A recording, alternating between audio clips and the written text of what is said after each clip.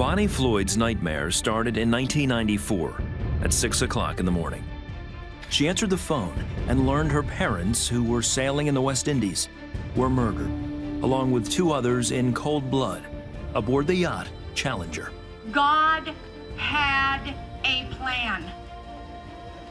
The day that I got the phone call that my parents had been killed, my pastor said to me these words: God could have prevented this, but he did not. And the one thing I know for certain is that God makes no mistakes.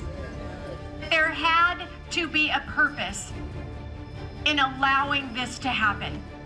2 years later, the quadruple murder trial began. Closure and justice were about to be served, or so she thought. Bound to a Promise tells the true story of love, murder, and redemption, and how Bonnie found peace in the midst of tragedy. We want to welcome Bonnie to the show. Bonnie, it's so good to have you here. Your story is so remarkable.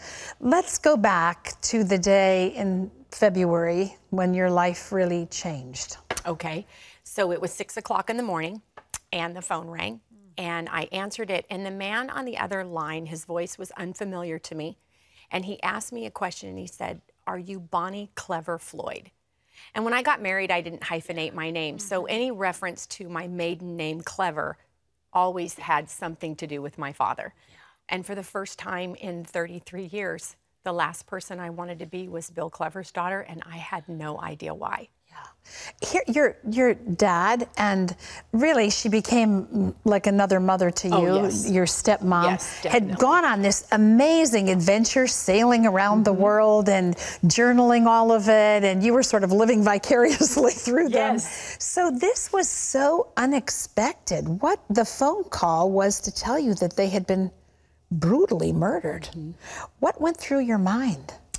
Well, at first, I was told for investigative purposes that they had been shot in their sleep. And so I had been witnessing to them because I wasn't raised in a Christian home, and I had been, sharing Jesus with them. And I had a conversation with my dad just 6 months, with both of them 6 months before he died. He was sharing a near-death experience of a sailing couple friends of theirs.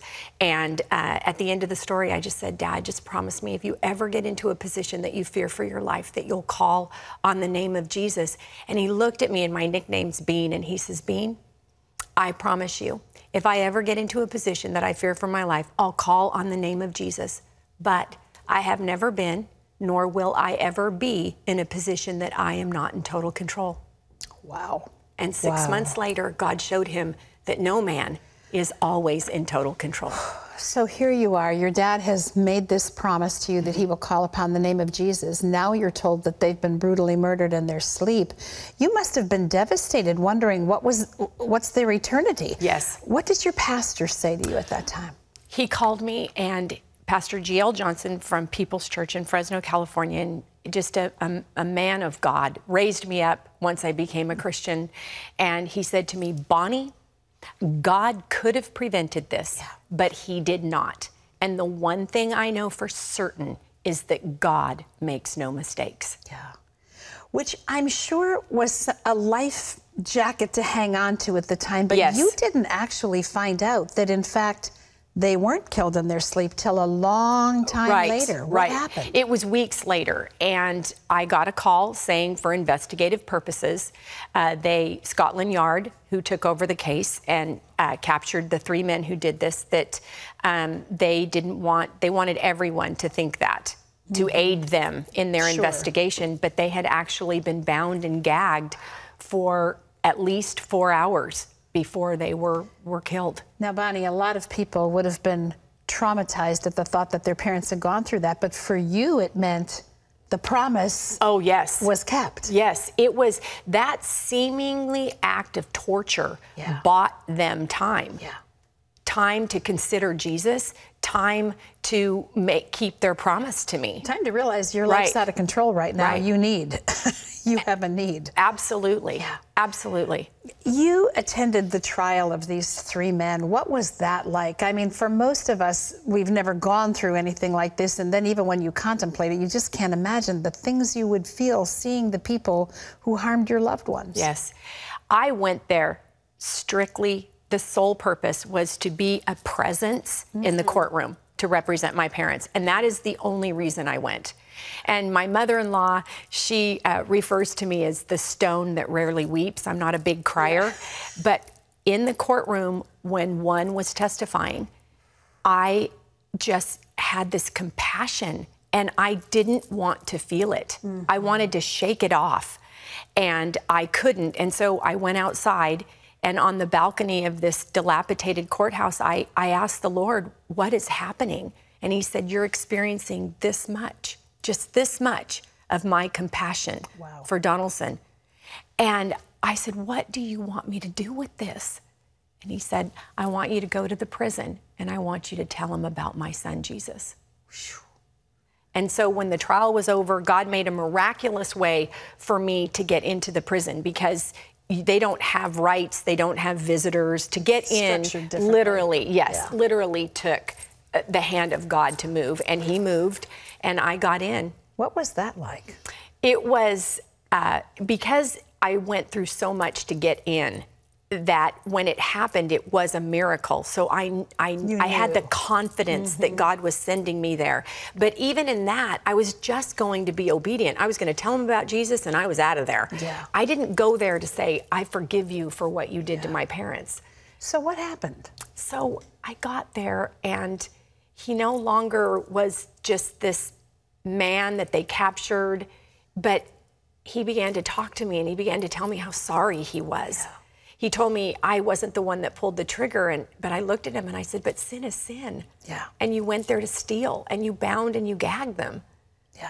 And your price to pay for sin is 15 years. And the other two were sentenced to death by hanging. Oh my. Now they're still alive because there's been a stay put on capital punishment.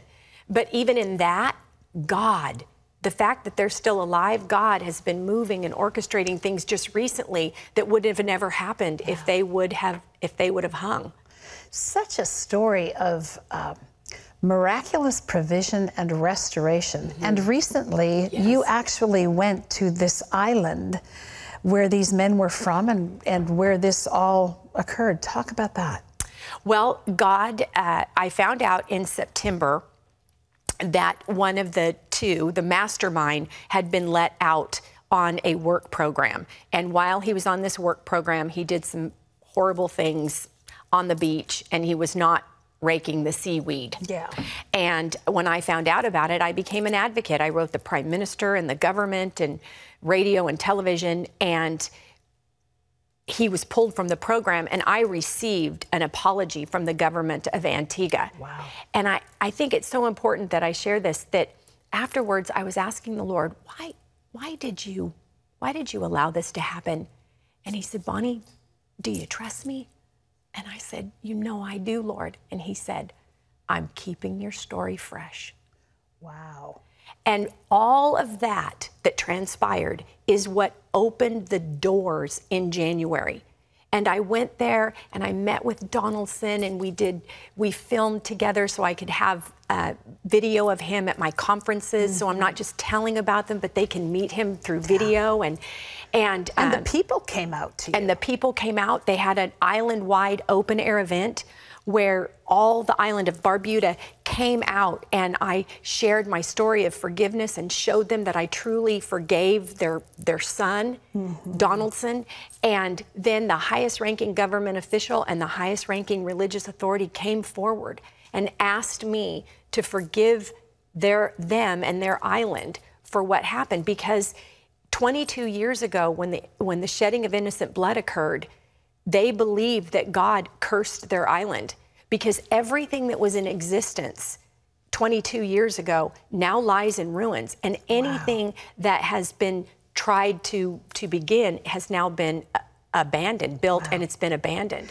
So interesting. You know, you get the sense that this is still not the end of the story, that you're going to watch God's hand of favor upon an island that was obedient to ask forgiveness for innocent blood being spilled. Wow. I mean, this is biblically deep. It is.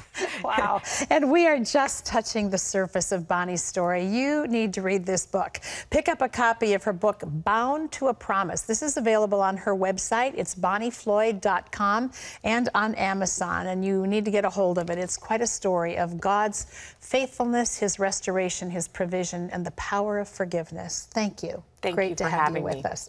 Thank you so much.